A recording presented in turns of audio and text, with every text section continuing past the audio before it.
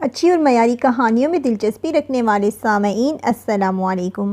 آج کی میری کہانی ان بچوں کے متعلق ہے جو اپنے سگے ماں باپ کے سائے سے محروم رہتے ہیں۔ سامعین، آپ بہت ہی زیادہ سمجھدار ہیں، آپ بالکل درست سمجھے ہیں۔ جی ہاں، میں ان بچوں کی بات کر رہی ہوں جن کو ان کے ماں باپ بچپن میں کسی وجہ سے کسی اور کو پالنے کے لیے دے دیتے ہیں۔ تو یہ کہانی بہت ہی مزیدار ہے۔ کہانی میں آگے بڑھنے سے پہلے آپ سے درخواست کروں گی کہ اگر آپ کو کہانی پسند آئے تو اسے لائک اور شیئر ضرور کیجیے گا تاکہ ایسی اچھی اور معیاری کہانیاں زیادہ سے زیادہ لوگوں تک پہنچ سکیں۔ تو چلیں جی پھر سنیں کہانی۔ چلو ادھر آؤ، یہاں بیٹھو اور میری بات ذرا غور سے سنو۔ بلال نے نائمہ کا ہاتھ پکڑ کر اسے اپنے پاس بٹھایا۔ اگر تم تھوڑا سا دل بڑا کرو تو سب ٹھیک ہو جائے گا۔ تم دیکھ تو رہی ہو سب کتنے خوش ہیں، امی بھی یہی چاہتی ہیں، اور بھائی بھابھی، انہیں تو لگتا ہے جیسے ہفتے کلیم کی دولت ملنے والی ہو اگر تم مان جاؤ تو۔ بلال نے بڑی امید سے نائمہ کی طرف دیکھا، مگر اس کے تاثرات میں ذرا برابر تبدیلی نہ آئی۔ وہ بس خاموشی سے اس کا چہرہ دیکھے گئی۔ اب بلال زچ ہوا اور ذرا تیز لہجے میں بولا، اب کیا منہ میں گنگیا ڈالے بیٹھی ہوئی ہو؟ کچھ تو بولو۔ میرا خیال ہے کہ میں آپ کو جواب دے چکی ہوں، اور میرا اب بھی وہی جواب ہے، یہ ناممکن ہے۔ سب کچھ ممکن ہے، بس اسے تمہاری ضد ناممکن بنا رہی ہے۔ بلال کے ضبط کا پیمانہ لبریز ہوا۔ ضد کہاں بلال، یہ تو میری التجا ہے۔ نائمہ کا رہائی، مجھے ایک بات سمجھ نہیں آتی، یہ ساتھ تو بائی صاحب کا گھر ہے، وہ کون سا سمندر پار رہتے ہیں؟ بات سمندر پار کی نہیں ہے، بات میرے دل کی ہے۔ دیکھو نائمہ، بلال نے خود کو تھوڑا ٹھنڈا کیا، اگر خدا نے ہمیں ایک چیز دی ہے تو خدا کا خوف کریں بلال، وہ کوئی چیز نہیں ہے، میری اولاد ہے، میرے جگر کا ٹکڑا ہے۔ نائمہ نے بات مکمل نہ ہونے دی۔ میرا یہ مطلب نہیں تھا۔ بلال نے اپنے جذبات کو کچھ قابو کیا اور لمبا سانس کھینچ کر بولا، دیکھو اللہ تعالیٰ نے ہمیں 4 بچے دیے ہیں اور بھائی صاحب خالی ہاتھ ہیں۔ اگر ہیرا بھائی اور بھابھی کی گود میں ڈال دیں تو ہمارے پاس نمرا، شامیر اور شانیل تو ہیں نا، اور ہو سکتا ہے کہ اللہ تعالیٰ کو ہمارا یہ عمل پسند آئے۔ اور نائمہ بات کاٹتے ہوئے تقریباً چیخ کر بولی، بلال آپ یہ کہنا چاہتے ہیں کہ ہیرا کے جانے سے کوئی فرق نہیں پڑے گا، ہم اس کی کمی باقی بچوں سے پوری کر لیں گے؟ بلال آپ یہ کیوں نہیں سمجھتے، وہ میرے جسم کا حصہ ہے، اگر جسم کا ایک حصہ کٹ جائے تو باقی جسم اس کی کمی پوری نہیں کر سکتا۔ نائمہ کی آواز شدت جذبات سے پھٹ سی گئی۔ بس میں ایسا کچھ نہیں ہونے دوں گی، چاہے اس کے لیے مجھے آخری حد تک کیوں نہ جانا پڑے، میں آخر تک لڑوں گی، چاہے تم مجھے اپنی زندگی سے کیوں نہ نکال لو، مگر میں اپنی بیٹی کسی کو نہیں دوں گی۔ نائمہ آنکھوں میں سیلاب لیے کمرے سے نکل گئی اور اپنے پیچھے ہکا بکا شوہر چھوڑ گئی۔ بلال تقریباً صوفے پر گر سا گیا۔ یہ نائمہ اس کی من پسند فرما بردار بیوی کیا کہہ کر گئی تھی؟ کیا ان کا تعلق اتنا کمزور تھا؟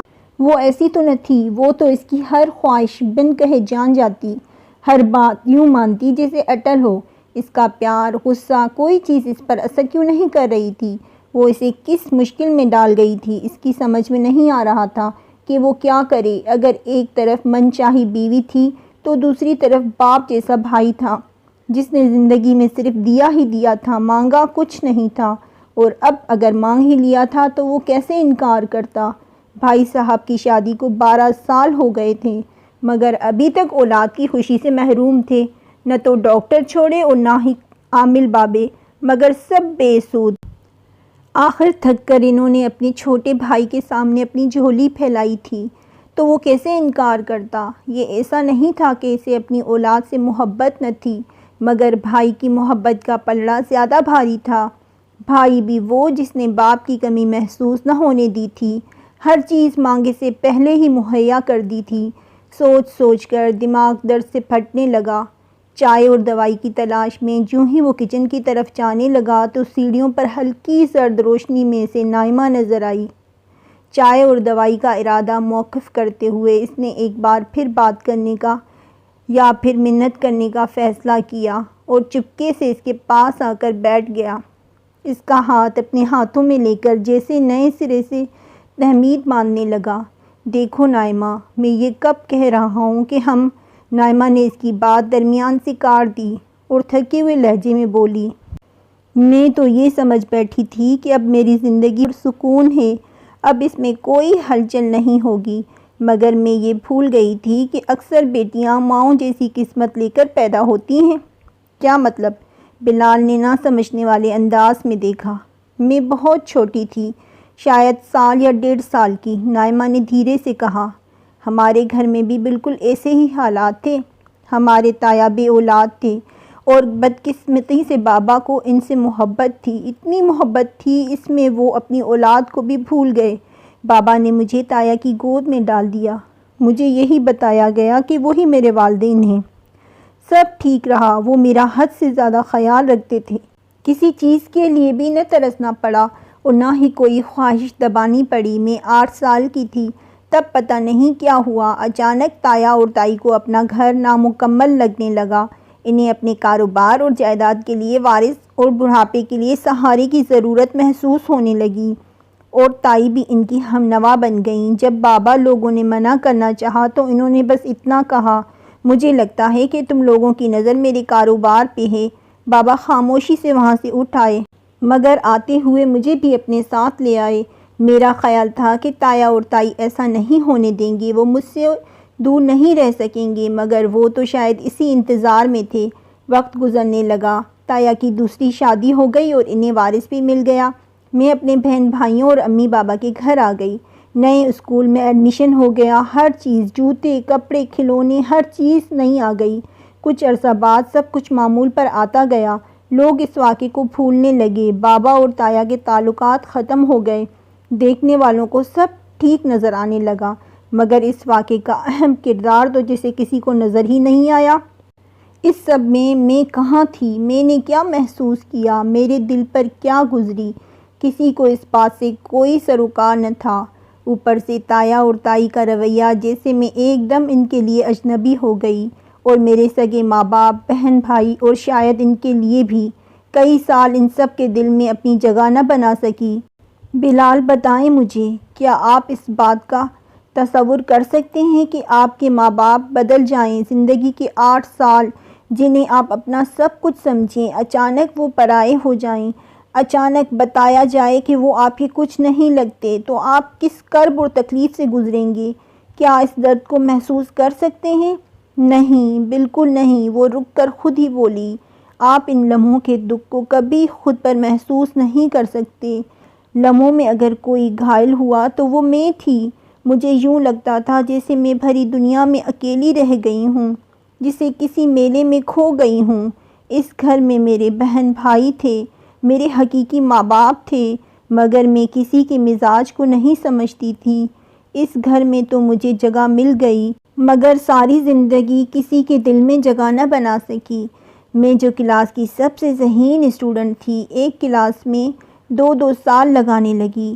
میں جو تتلیوں کی طرح اڑتی پھرتی تھی، ایک دم سہم گئی، اندر سے خالی ہو گئی۔